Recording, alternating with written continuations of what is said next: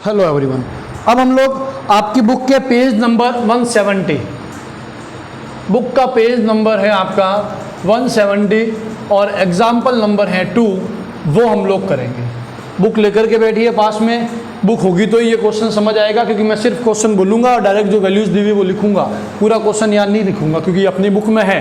Page number 170, example number 2 10.2, example number 10.2 है आपका, ठीक है। अब इस क्वेश्चन को समझना, क्या बोल रहा है, an object 4 centimetre in size, एक ऑब्जेक्ट है जिसकी साइज है 4 सेंटीमीटर, ये मैंने लिख दिया 4 सेंटीमीटर इन साइज। ऑब्जेक्ट को किससे लिखेंगे, यू से लिखेंगे, ठीक है। Is placed at 20 centimetre in front of a concave mirror. Object की साइज बताई है, ऑब्जेक्ट का डिस्टेंस नहीं बताया है। सुनो मेरी बात को, मैंने गलत किया है और चेक कर रहा हूँ आपका प्रेजेंस ऑफ माइंड और आपकी पासबुक है या नहीं है। ऑब्जेक्ट की इसने क्या बोला है, साइज कितनी बोली है, 4 सेंटीमीटर। फिर इसने बोला है 4 सेंटीमीटर साइज का ऑब्जेक्ट मिरर से 25 सेंटीमीटर दूर खड़ा है। अब यहां पर तो दो चीजें आ गई ऑब्जेक्ट की, समझना ध्यान से, ये साइज है और ये डिस्टेंस है। और u क्या होता है, u होता है object distance, not object size. तो सर साइज क्या होती है, साइज होती है h ओ बोलो या h बोलो, ये होती है साइज। मैग्निफिकेशन में जो लिखा हुआ है वो वाला h।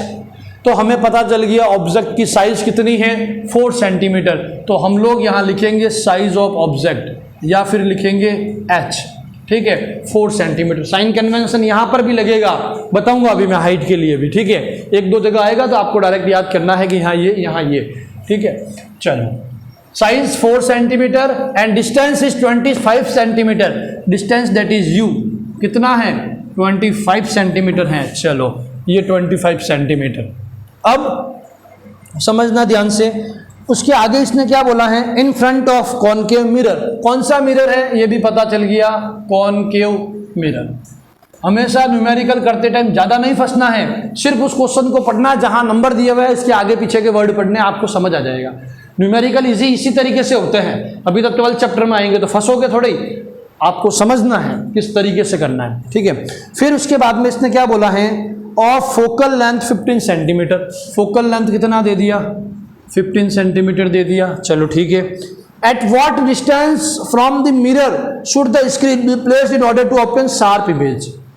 अब इसने क्या बोला है कि हमें कितना डिस्टेंस होगा मिरर का स्क्रीन से कि हम लोग वहां रखेंगे तो इमेज बन जाएगी। मतलब हमें को इमेज कहाँ बनेगी वो हमें बताना इनडायरेक्टली।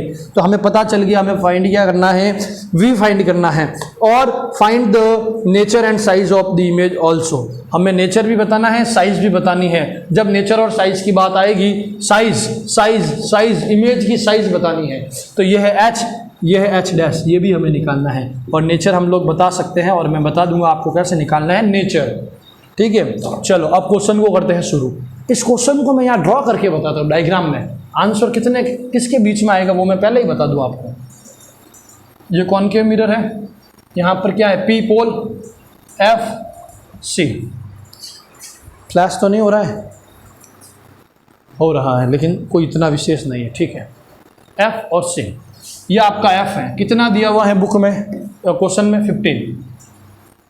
ऑब्जेक्ट कहाँ पर खड़ा है, 25 पर। ये 15 और 15 कितना होता है, 30। तो ये यहाँ तक का पूरा क्या हो जाएगा, 30, क्योंकि ये इसका डबल ही तो है, ठीक है। तो 25 कहाँ आएगा, यहाँ पर। तो आपका ऑब्जेक्ट यहाँ पर खड़ा है और ये object between C and F खड़ा है। तो ये बनेगा कहाँ पर, अवे फ्रॉम द C। मतलब इसका जो आंसर आएगा वो 30 से ज़्यादा आएगा, 30 सेंटीमीटर से ज़्यादा आएगा V का वैल्यू। अगर 30 से ज़्यादा नहीं आता है तो आपका क्वेश्चन गलत है, पूरे तरीके से गलत है, ध्यान रखना। 30 से ज़्यादा आएगा आपका आंसर। आप अपने पास में बुक है तो देख भी सकते हो, आपकी V का जो वैल्यू है वो 30 से ज़्यादा आई हुई है। चलो इस तरीके से हमें करना। और नेचर, अब नेचर पूछा है, इधर वाले सारे रियल होते हैं और इन्वर्टेड होते हैं, तो हमें नेचर तो पहले ही पता चल गया, क्या, रियल एंड इन्वर्टेड। माइंड होना चाहिए इस क्वेश्चन को करने के लिए बस, और माइंड नहीं है तो कुछ नहीं है। चलो ये हमें गिवन है, ये हमें फाइंड करना है। अब मिरर फॉर्मूला लगा देता हूँ यहाँ पर, ये ज़्यादा जगह गिर रहा है, थोड़ा सा इसको कंप्रेस करता हूँ यहाँ पर। ठीक है।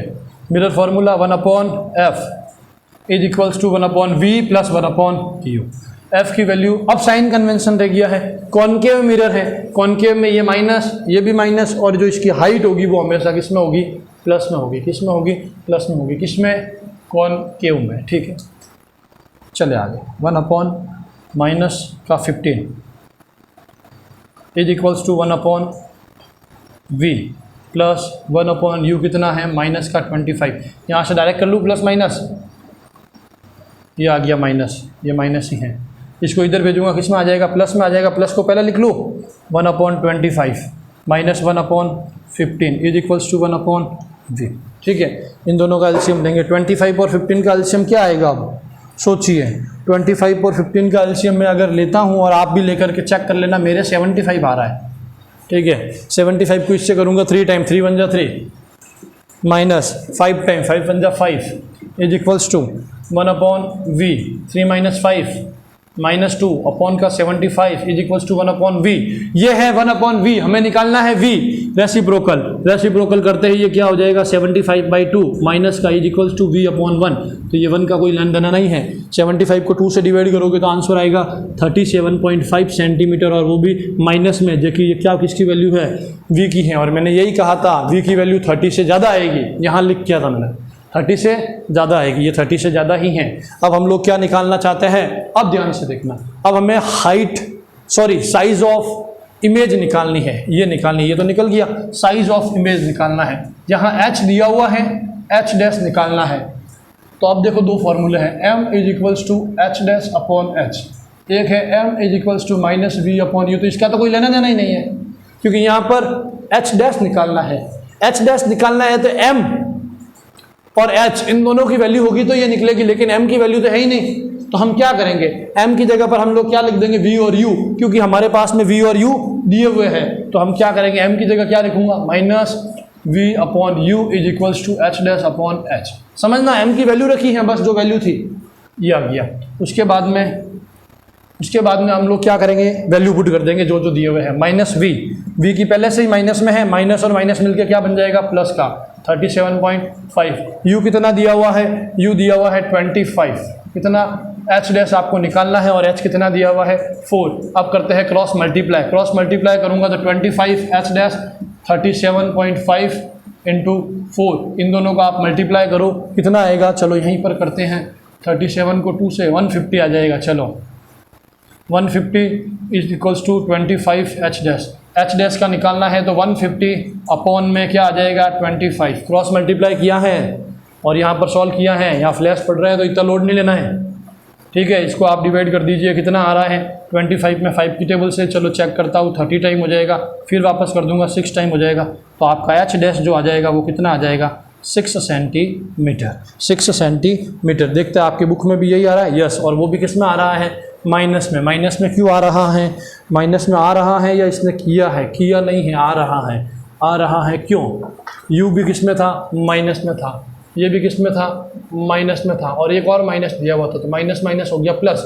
ये यहाँ पर रहेगा माइनस, यहाँ भी रहेगा माइनस, यहाँ भी रहेगा माइनस, इधर भी आएगा माइनस, तो लास्ट में भी क्या आएगा, माइनस। समझना, यहाँ पर क्या किया मैंने, ये 37.5 किसकी वैल्यू थी, माइनस की, ये पूरी वैल्यू, और साथ में इसके साथ में और कौन सा सिंबल है, कौन सा सिंबल है साथ में, ये वाला माइनस का, तो एक माइनस और दो माइनस मिलके क्या बना दिए थे, प्लस बना दिए थे, ये प्लस ही आ गया यहाँ पर। लेकिन इसके नीचे माइनस का 25 दिया हुआ था, ये रहा, तो ये 25 माइनस का लिखा मैंने, ये ली, फिर ये माइनस माइनस माइनस, ठीक है। ये आपका हो गया।